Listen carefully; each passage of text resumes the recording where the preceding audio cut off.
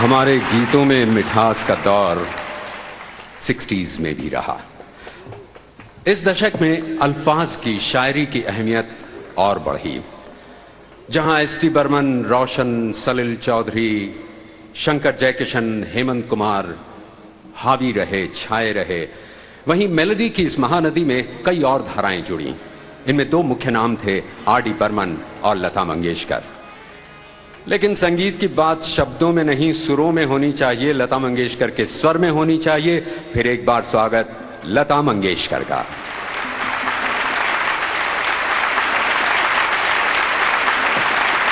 दोस्तों, संगीतकार मदन मोहन के युग से पहले कहा जाता था कि गजलों को साजों की नहीं, साजों को गजल की रूह दरकार है।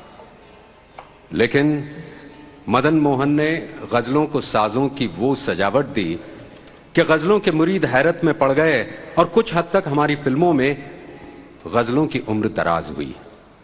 क्या ये सच है? सुने।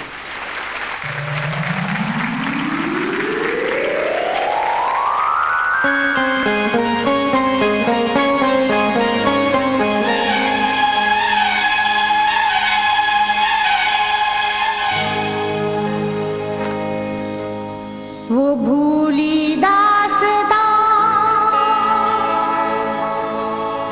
लो फिर याद आ गई। वो भूली दास्तां लो फिर याद आ गई।